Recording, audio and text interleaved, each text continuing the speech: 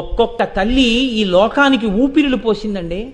సర్దార్ భగత్ సింగ్ తల్లి కొన ఊపిరితో ఉండగా మంచం మీద పడి ఉంటే ఒక పెంకుటింట్లో ఎవ్వరూ చూసేవాళ్ళు లేకపోతే ఆయన్ని పోలీసులు పట్టుకునేటటువంటి రోజుల్లో పరిగెత్తుకుంటూ ఇంటికొచ్చి, అమ్మా నీకు ప్రాణోత్క్రమణం అయిపోయే రోజులు దగ్గరికి వచ్చేస్తున్నాయి, నేను వెళ్ళనమ్మా స్వాతంత్ర సంగ్రామానికి, అమ్మా నీ సేవ చేసుకుంటానమ్మా అంటే ఆ తల్లి కొడుకుని చూసింది.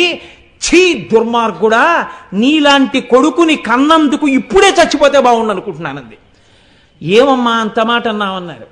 కొన్ని కోట్ల మంది దాస్యం అనుభవిస్తుంటే భారతమాత ఏడుస్తోందిరా, నీకు నాకు తల్లి ఆ తల్లి దాస్య శృంఖలాల్ని ఛేదించి వీరోచితంగా యుద్ధం చేయడం మానేసి అమ్మకి కాళ్ళు పట్టడానికి వచ్చావా?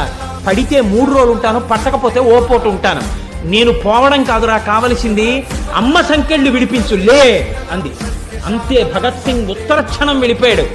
ఆఖరణ తన కంఠానికి ఉరితాడు తగులుకుంటున్నా మా అమ్మ కోరిక తీర్చాను, చాలు ఈ దేశం కోసం పోరాడిన అసువులు అడ్డేశానని ఊపిరి వదిలిపెట్టేశాడు. అటువంటి దేశంలో